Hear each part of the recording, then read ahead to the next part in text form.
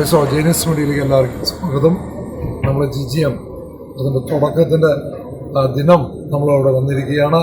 നമ്മൾ കുറച്ച് മുമ്പ് ബ്രദറിനെ നമ്മൾ കണ്ടു, സി ടി ബ്രദറെ കണ്ടു. ഇതാ ഞങ്ങൾ അപ്രത്യക്ഷമായി ഞങ്ങൾ പഴയകാല സുഹൃത്തുക്കളും ഇപ്പം കേരള സഭയെ ശക്തിപ്പെടുത്തിക്കൊണ്ടിരിക്കുന്ന ബ്രദറാണ് അഡ്വക്കേറ്റ്. നമുക്ക് അഡ്വക്കേറ്റ് ഒന്ന് പരിചയപ്പെടാം. ബ്രദറെ ഒന്ന് പേര് പറഞ്ഞേ. ജസ്റ്റിൻ പള്ളിവാതക്കൽ, പാലക്കാട് സ്വദേശിയാണ്. ഈ പേര് കേൾക്കുമ്പോൾ തന്നെ നിങ്ങൾ മനസ്സിലാക്കണം, ശരിക്കും ചർച്ചിന് അല്ലെങ്കിൽ സഭയെ കുറിച്ച് കൂടുതൽ ചിന്തിക്കുന്നവർക്ക് ഈ പേര് തിരിച്ചറിയാൻ പറ്റും. ഓക്കെ, ഇത് നമ്മുടെ ചർച്ച് ഹാൾ എന്ന് പറയപ്പെടുന്ന ഒരു മിനിസ്ട്രിയാണ്. ചർച്ച് ഹാള് പ്രധാനമായിട്ട് 4 മിഷനാണ് ചെയ്യുന്നത്. ഒന്ന്, ലീഗലായിട്ട് നമ്മുടെ മൈനോറിറ്റി റൈറ്റുകൾ, ക്രൈസ്തവ ന്യൂനപക്ഷ അവകാശങ്ങൾക്ക് വേണ്ടിയുള്ള പോരാട്ടങ്ങളൊക്കെ നടത്തുകയാണ്. 80-20 കേസ്, EWS കേസൊക്കെ അതിൻ്റെ ഭാഗമായിട്ട് നമുക്കുണ്ട്.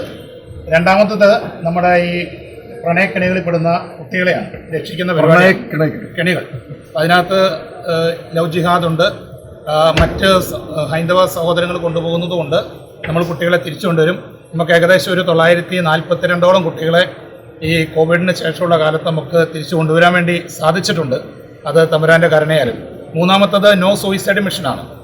അത് നമുക്ക് വളരെ വിജയകരമെന്ന് പറയാൻ പറ്റത്തില്ല, ഓടിയെത്താൻ സാധിക്കാത്തൊരു മിഷനാണ്. എങ്കിലും 100ഓളം പേരെ നമുക്ക് അതിൽ നിന്ന് കരകയറ്റാൻ വേണ്ടി സാധിച്ചിട്ടുണ്ട്. ഏറ്റവും അവസാനത്തെ മിഷൻ നോർത്ത് ഇന്ത്യ, പ്രത്യേകിച്ചും കേരളത്തിലാണെങ്കിലും കേരളത്തിന് പുറത്താണെങ്കിലും ക്രിസ്ത്യൻ മതപീഡനങ്ങൾ നടക്കുന്ന മേഖലകളിൽ കടന്നു ചെല്ലുക, അവിടുത്തെ പീഡിത സമൂഹത്തിന്, പെർസിക്യൂട്ടഡ് കമ്മ്യൂണിറ്റിക്ക് വേണ്ടി പ്രവർത്തിക്കുക എന്നുള്ളതാണ്. അതാ നമ്മുടെ ഛത്തീസ്ഗഡും മണിപ്പൂരും. ഞാൻ ചോദിക്കുന്നത് ഇതിനൊരു ഇൻസ്പിറേഷൻ ഒക്കെ ഉണ്ടെന്നില്ല. അതങ്ങനെ പ്രത്യേകിച്ച് ഒരു നമുക്ക് പലതും നമ്മൾ കാണുന്നുണ്ട്. പക്ഷെ പെട്ടെന്ന് ഇങ്ങനൊരു മേഖലയ്ക്ക് വേണ്ടി സഭയെ ഈ കാലഘട്ടത്തിൽ പടുത്തുയർത്തേണ്ടത് അനിവാര്യമാണെന്ന് നമുക്കറിയാം. പക്ഷെ വ്യക്തിപരമായി ഇൻസ്പിറേഷൻ തീർച്ചയായിട്ടും ഞാൻ ധോണി ധ്യാന കേന്ദ്രമായിട്ട് ബന്ധപ്പെട്ട് പ്രവർത്തിച്ചുകൊണ്ടിരുന്നു. അതിനുശേഷം രൂപതയുടെ കാറ്റഗിസം ഡിപ്പാർട്ട്മെന്റ് വർക്ക് ചെയ്യുന്ന സമയത്ത് ബഹുമാനപ്പെട്ട കോട്ടയത്ത് സന്തോഷ് ടി ബ്രദറും സിഗ്ലി ബ്രദറും കൂടെയാണ് എനിക്ക് ഇങ്ങനെ ഒരു വിഷൻ തന്നത്. എല്ലാവരും പ്രീച്ചിങ്ങിലുണ്ട്, ഒത്തിരി പേര് ഇവാഞ്ചലൈസേഷൻ നടത്തുന്നുണ്ട്, മിഷൻ ചെയ്യുന്നുണ്ട്. പക്ഷേ ഒരു വ്യത്യസ്തമായ മിഷൻ ഈ കാലഘട്ടത്തിൽ ആവശ്യമുണ്ട്.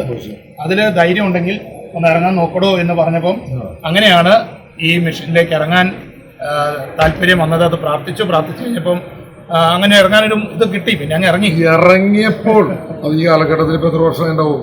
ഒരു 6 വർഷത്തോളം. ഇറങ്ങിയപ്പോൾ ഒരു പിന്തിരിയണം എന്നൊരു ചിന്ത എപ്പോഴും വന്നായിരുന്നു? പിന്തിരിയണമെന്ന ചിന്ത ഇടയ്ക്കിടയ്ക്ക് വരാറുണ്ട്. കാരണം ഒറ്റപ്പെടലുകൾ വരുമ്പോൾ ഇപ്പൊ കർത്താവ് തന്നെ പറയുന്നില്ലേ, ഇപ്പൊ നമ്മൾ പീഡാനുഭവാരമൊക്കെ കഴിഞ്ഞല്ലോ. അപ്പൊ അവിടെ തന്നെ പറയുമല്ലോ, എന്നെ എല്ലാവരും ഓടിപ്പോയി, എന്നെ അറിയുന്നവരാരുമില്ല, ഞാൻ അന്വേഷിച്ചു. പിന്നെ നമ്മൾ ആശ്വസിപ്പിക്കുന്ന ഇതാണ്. ഞാൻ ഒരിക്കൽ പനക്കലച്ചൻ്റെ അടുത്ത് വിഷമിച്ചു എന്ന് കഴിഞ്ഞ് പനക്കലച്ചൻ പറഞ്ഞു, ഇങ്ങനെയാണ് എന്നോട് പറഞ്ഞത്, എടാ ഭൂമിയിൽ ഈശ്വരൻ പുത്രൻ ജനിച്ചപ്പോൾ ആരും പൂത്തിരി കത്തിച്ചിടാന്ന് പറഞ്ഞു. അപ്പോൾ നീ ധൈര്യമായിട്ട് പോകാനാണ് പറഞ്ഞത്. ആ ഒരു ഇൻസ്പിറേഷനും പവറും ഒക്കെയാണ്, അങ്ങനെയുള്ള അനേകരുടെ പ്രാർത്ഥനയും പ്രോത്സാഹനമാണ് നമ്മുടെ മിനിസ്ട്രിയെ മുന്നോട്ട് നയിക്കുന്നത്. ഈ GGM-ല് നമ്മൾ എന്താണ് ഉദ്ദേശിച്ചിട്ടുള്ളത്? GGM-ല് ഇത് 3ാമത്തെ പ്രാവശ്യമാണ് നമ്മൾ ഈ സ്റ്റോൾ ഇടുന്നത്. ഇവിടെ നമ്മൾ ഉദ്ദേശിക്കുന്നത് വരുന്ന ആളുകൾക്ക് ചർച്ച് ബിൽഡിങ്ങിന്റെ, പ്രത്യേകിച്ചും ജെറുസലേമിന്റെ മതിലുകൾ തകർന്നല്ലോ. അപ്പൊ ആ ചർച്ച് വാൾ തകർന്നു കിടക്കുക. ഇവിടെ ഗ്യാപ്പുകളുണ്ട്. അപ്പൊ അങ്ങേക്ക് ഇത് ഒരു ചർച്ച് വാളിൽ പങ്കാളിയാകണമെങ്കിൽ ഒരു കട്ട എടുത്ത് അങ്ങേക്ക് വെക്കാം. ഇനി അങ്ങേക്ക് തോന്നും ഇതിനകത്ത് സിമെന്റും കട്ടയൊന്നും ഇളകിപ്പോകാൻ സാധ്യതയുണ്ടല്ലോ.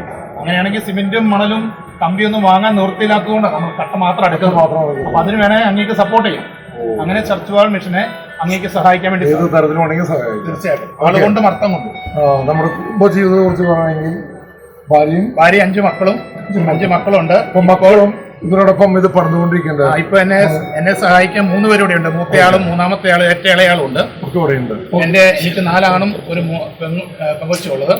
പെൺകുട്ടിയാണ് ഇപ്രാവശ്യം സ്റ്റോളിന്റെ ഇൻചാർജ്. മക്കളുടെയും കുടുംബത്തിന്റെ ഒക്കെ ഫുൾ സപ്പോർട്ട് ഉള്ളത് കൊണ്ടാണ് നമുക്ക് ഇങ്ങനെ ചെയ്യാൻ വേണ്ടി സാധിക്കുന്നത്. ഞങ്ങൾ ഫീൽഡിലുള്ള വർക്കാണ്. ആകെ എക്സിബിഷൻ നമ്മൾ ഫിയാത്തിന്റെ GGM-ആയിട്ട് ബന്ധപ്പെട്ട മാത്രമാണ് നടത്താറ്. എന്തായാലും ഒരിക്കലൂടെ ജേനിയസ് മീഡിയയിലേക്ക് വളരെ അപ്രത്യക്ഷമായി ബ്രദർ വർഷങ്ങളോളം പാലക്കാട് സീനായുള്ള അന്നുള്ള ഒരു പരിചയമാണ്. എന്നാലും ഈ കാലഘട്ടത്തിൽ വലിയൊരു ശക്തികേന്ദ്രമായി എന്താ പറയുക, സഭയെ പടുത്തുയർത്താൻ വേണ്ടി ദൈവം ഒരുക്കിയ ദൈവദാസനെ ഒരിക്കലൂടെ നന്ദി പറയുന്നു, സ്വാഗതം ചെയ്യുന്നു തൃശ്ശൂരിലേക്ക്. Thank you.